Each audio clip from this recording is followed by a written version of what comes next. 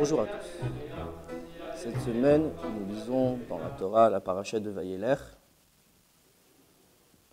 paracha qui parle, Moïse toujours s'adresse au peuple juif, et là nous nous trouvons justement juste avant le décès, le départ de ce monde de Moïse. Cette paracha de Vaïelech, par providence divine, puisqu'il n'y a pas de coïncidence, cette paracha tombe entre les fêtes de Rosh Hashanah de Kippour, jour du jugement, jour du pardon. Ce Shabbat porte un autre nom qui est le Shabbat Teshuvah, le Shabbat de la Teshuvah, du repentir, puisqu'il tombe pendant ces 10 jours, c'est Aser et Yemei Teshuvah, ces 10 jours de repentir, depuis Rosh Hashanah jusqu'à Kippour. Si on regarde la paracha, Moshe s'adresse au peuple, et c'est ici que Moshe va écrire un Sefer Torah, va donner un Sefer Torah à chacune des tribus, et puis un qu'il va demander à ce qu'il soit gardé en souvenir avec l'Arche Sainte. Ce Sefer Torah, Moshe l'écrit, donc le termine ce jour-là, et va le donner, le transmettre à ce qu'il soit posé dans le Saint des Saints avec l'Arche Sainte. Qu'est-ce que cela peut bien signifier? Moshe Rabbeinu, Moïse, juste avant sa mort, est en train d'écrire un Sefer Torah pour chacune des tribus. Juste avant sa mort, est occupé à ce que le peuple soit bien dirigé, bien guidé, alors qu'éventuellement, peut-être il avait d'autres occupations, alors qu'éventuellement, nous le savons qu'écrire un Sefer Torah peut éventuellement prendre du temps.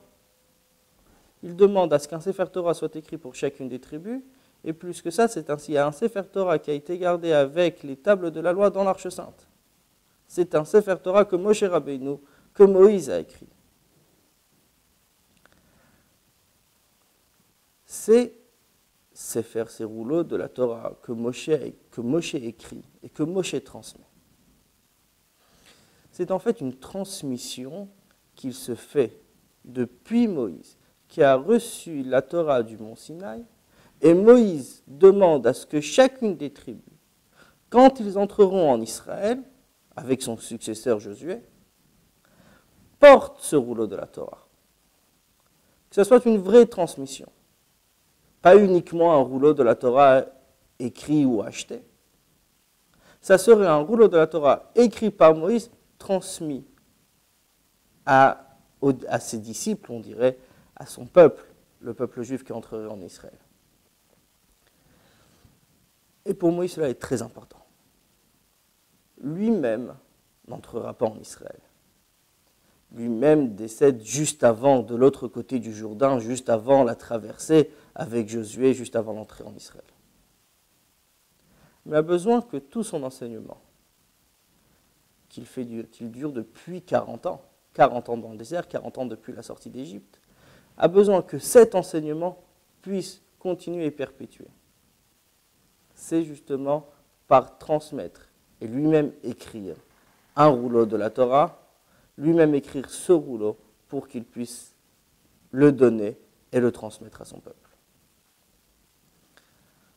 Alors c'est justement lié avec cette période que nous sommes en train de vivre. Nous sommes dans cette période entre Rosh Hashanah, Kippour, ce jour du jugement, ce jour du pardon, et plus particulièrement nous trouvons pendant ces 10 jours de repentir, ces 10 jours de Teshuvah.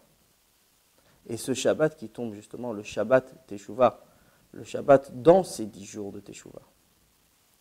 Cela veut bien nous apprendre qu'il y a bien une transmission, il y a bien une continuité, mais il y a toujours un retour. C'est-à-dire, la Torah nous a été donnée au mont Sinaï par Moïse, qu'il a reçue de Dieu.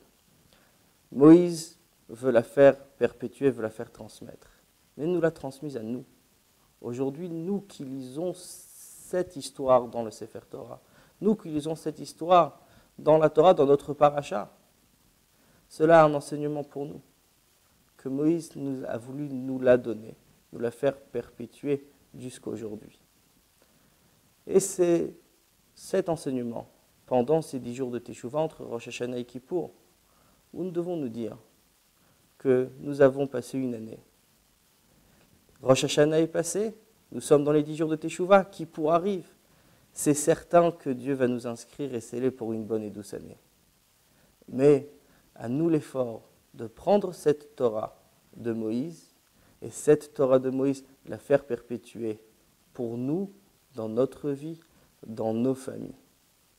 Et c'est là notre secret, le secret de notre paracha, afin que nous puissions tous mériter à pouvoir vivre une bonne année, une bonne et douce année à tous. Au revoir.